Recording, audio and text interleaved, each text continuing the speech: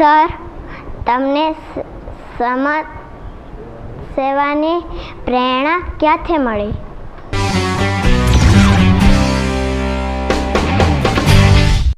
વધુ તો આમ મારા ઘરમાં પણ મારા ફાધર એક સરકારી નોકરી કરતા, એટલે પ્રોફેસર હતા, ટેકનિકલ એક્ઝામિનેશન બોર્ડમાં સેક્રેટરી તરીકે રિટાયર થયા.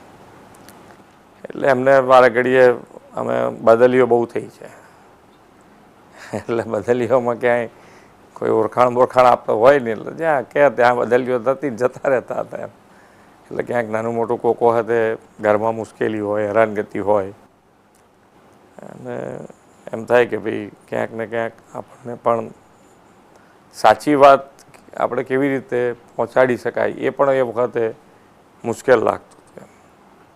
એટલે એમ થાય કે ભાઈ ખરેખર સાચી વાત હોય, સામાન્ય માણસ હોય એ કેવી રીતે મળી શકે, અને એ મળે તો એની સાચી વાત હોય તો એને મદદરૂપ કઈ રીતે થઈ શકાય.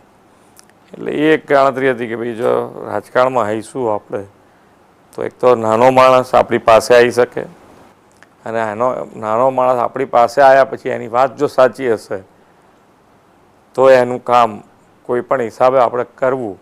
આ એક ભાવનાના કારણે રાજકીય અંદર જોઈન્ટ થાય.